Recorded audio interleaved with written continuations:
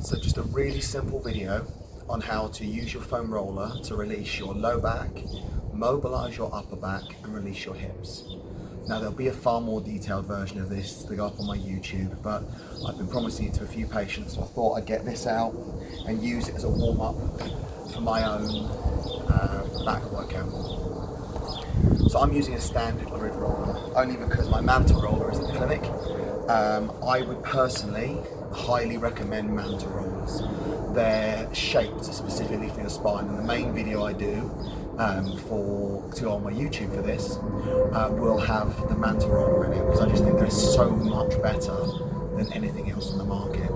I do use a pulse roller for deep muscle and tendon release, so a combination of the two. Manta roller for spinal and muscular release, and then the pulse roller I personally feel is one of the best things you can use for those tissue releases. So a combination of the two. As this was a last minute thought, I'm just using a standard grid roller.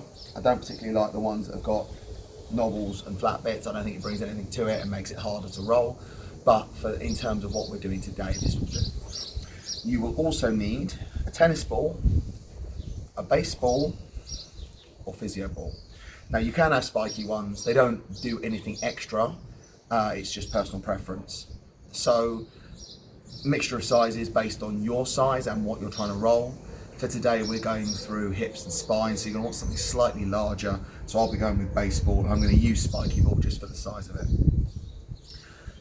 The other thing that's quite nice to have is a peanut roller. They come in multiple sizes, but again, a nice solid rubber peanut roller to get either side of your spine. You don't particularly need it if you've got the Manta roller, because that's shaped around the spine.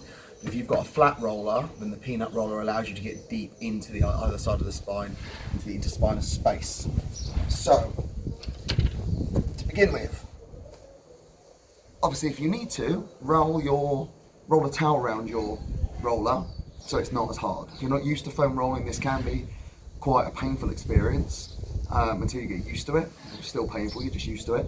But if you wrap a towel around it, obviously it won't roll up and down, but for this exercise, that doesn't matter, and it will soften the roller. Okay? So, long in the neck, chin tucked in. We're going to start at the top of the back, and you're just going to extend and flex. And just opening and closing across the roller. You can brace your neck with your hands if you want to, but just make sure you're not pulling forward. I just create a cradle, placing my thumbs onto my shoulders so my neck isn't taking any strain. And then you slowly make that bigger and bigger, extending your spine more and more. Remember, you can take longer if you want to. And if you need to, you find the tighter part, flatten, extend. By all means, use a pillow if you need to brace your neck, or just keep support there. And just use your breath. So, as you exhale, relax over the roller. And do that 3 or 4 times till you feel like you've completely let go. Then re-engage, reset your legs, move to a new part of your spine, and begin again. I won't run through my entire spine because it'll take forever. You get the idea. So you're just going to mobilise, find the tight bits. Remember, you can twist. It doesn't have to be a flat thing. You can go into the ribs by bringing in a little bit of side bend and opening and closing, or a little bit of twist. Just be careful not to put too much pressure in the ribs. And you find the right areas, or you can rock. Because remember, at the moment we're just using the roller as a fulcrum, we're just using it to open the spine.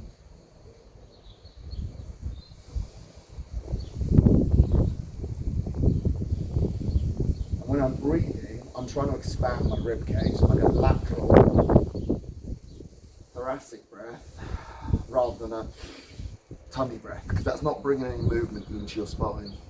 There's no deeper activation of your ribs and your diaphragm if you don't breathe here. So draw the tummy in and really focus right here. and come back up. Once you've extended up and down all the way up your spine, you're probably ready to roll. So brace your neck and you just use your legs to roll yourself gently up and down. Now if you're in a lot of pain, this probably isn't a great idea, and just don't do this bit yet. Or place it against the wall, which I'll show you in a moment, and you can roll against the wall for less pressure through the foam roller. Remember, you can put more pressure by lifting your weight above the roller, or less pressure by having your bum nice and low.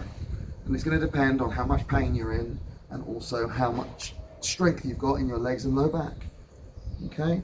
I tend to feel that you should focus, do a couple of scans like I just did up and down the back, and then find the tight bits, and just do smaller rocks to release either side.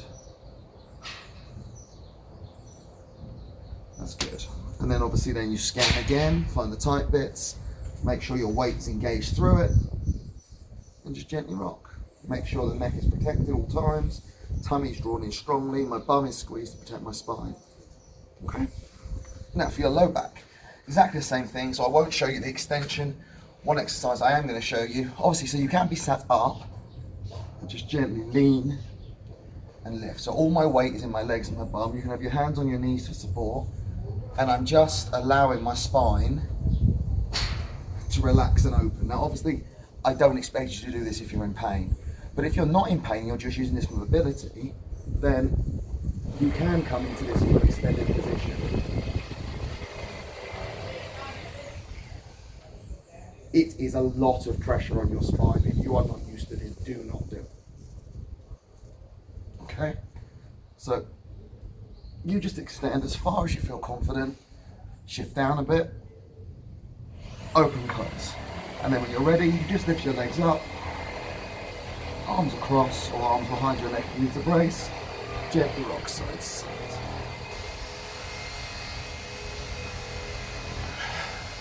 So remember, your low back and your hips are three-dimensional. So don't just go up and down. Twist, bend, side bend.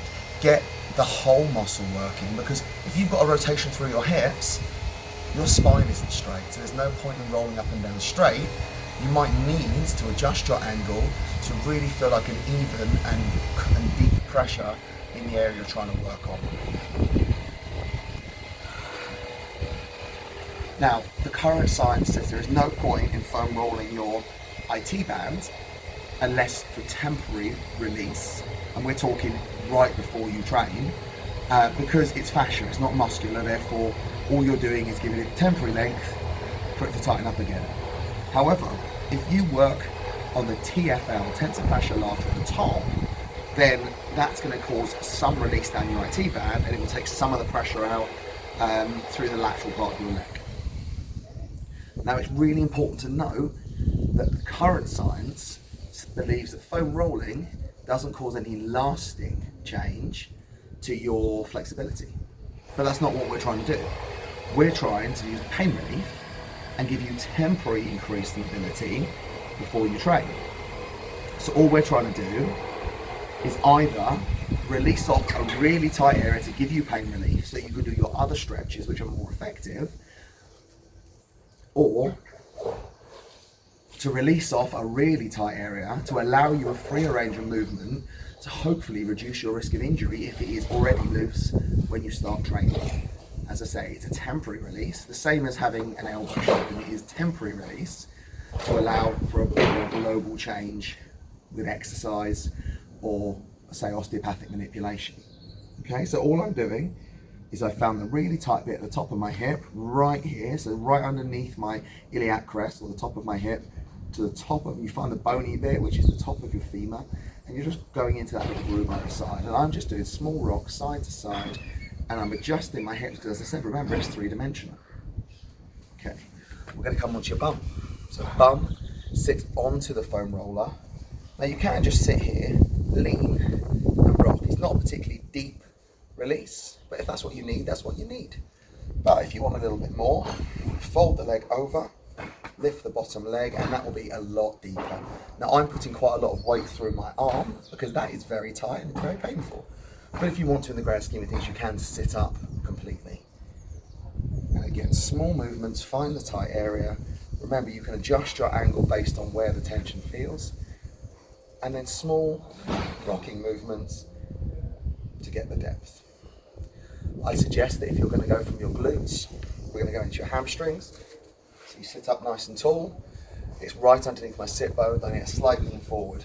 If you need to, bend one leg, and you're just going to rock forward and back. Now, personally, I don't feel a great amount of release from this exercise. I tend to use a ball for my ischial tuberosities to get nice and deep into the top of the hamstrings, into the tendons. But you can work all the way down your hamstrings if you want to, bringing your weight in. If you want to increase the intensity, put the non-active leg on top, put a bit more weight, and roll forward and back.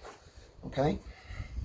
Last thing for the roller for today is going to be to release the front of your thigh. So you're into your psoas. I mean, some would argue you can't get that deep, but I would argue as long as you're releasing the muscles and the fascia in the front of the hip, then you're going to have an effect on your hip flexors and that anterior pelvic tilt that we want to bring out to take the pressure off.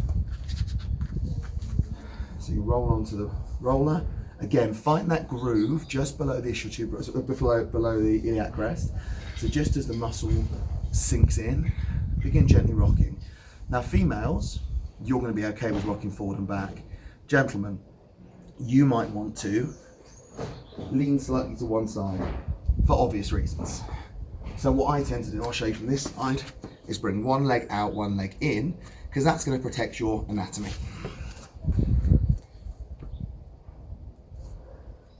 So rocking forward and back, I'm pushing my hip into the roller. So I'm pushing forward, my chest is strong, my weight's through my elbow. And if you want more, you can always lift the leg up to get a little bit more pressure forward.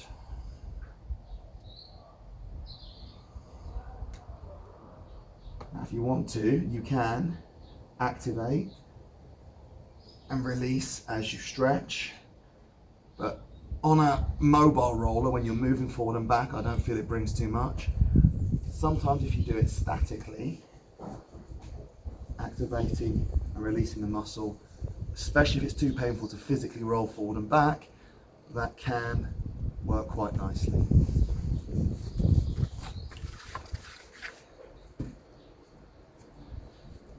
For the ball, you're going to do the exact same things you just did. It's going to be a little bit deeper, so I'd always start with the roller. Press in. On this one, my knees are together, and I'm gently rocking my way forward and back across the ball to get nice and deep into the side of my hip. I would then roll onto my front. I'm going to straighten. Let me switch sides just so you can see what I'm doing. Pressure into the front of the hip, and again rocking side to side across that tendon, or bend the leg side to side or gently forward and back. It's not as easy and the movement won't be as big, but try and make sure your weight is through the ball. That's the whole benefit of this exercise, is that you've got the weight through the ball. Last one for the moment. Ball under your bum cheek. I would start here because it's going to be quite nasty, and it's sitting right in. If you think of a really pert pair of butt cheeks, is that dimple? That's where the ball's going. If you want more, bring the leg over and just bring more weight through. You can adjust as often as you need to find the really nasty bit and press through. I'll do a separate video on how to do this sat up on a dining room chair if it's too painful to be down on the floor at the moment. And this is what I was saying about the hamstring. So I tend to use a ball to get into the hamstring because that is a lot deeper, and I feel that if you need to do this trigger release, it's going to be beneficial to you. While I'm here, I've blown my calf out. I find this very nasty and effective calf release. Just find the really tight bit, put your weight toe towards your shin and rock forward and back, or statically lean into it to get some weight into it, and then just flex and extend your ankle so you're contracting the calf to bring the weight out of it.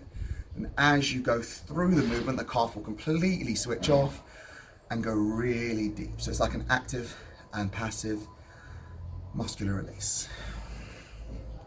Okay, any questions about that? Have fun. Fire them over to me, and I'll see you soon. Just be simple.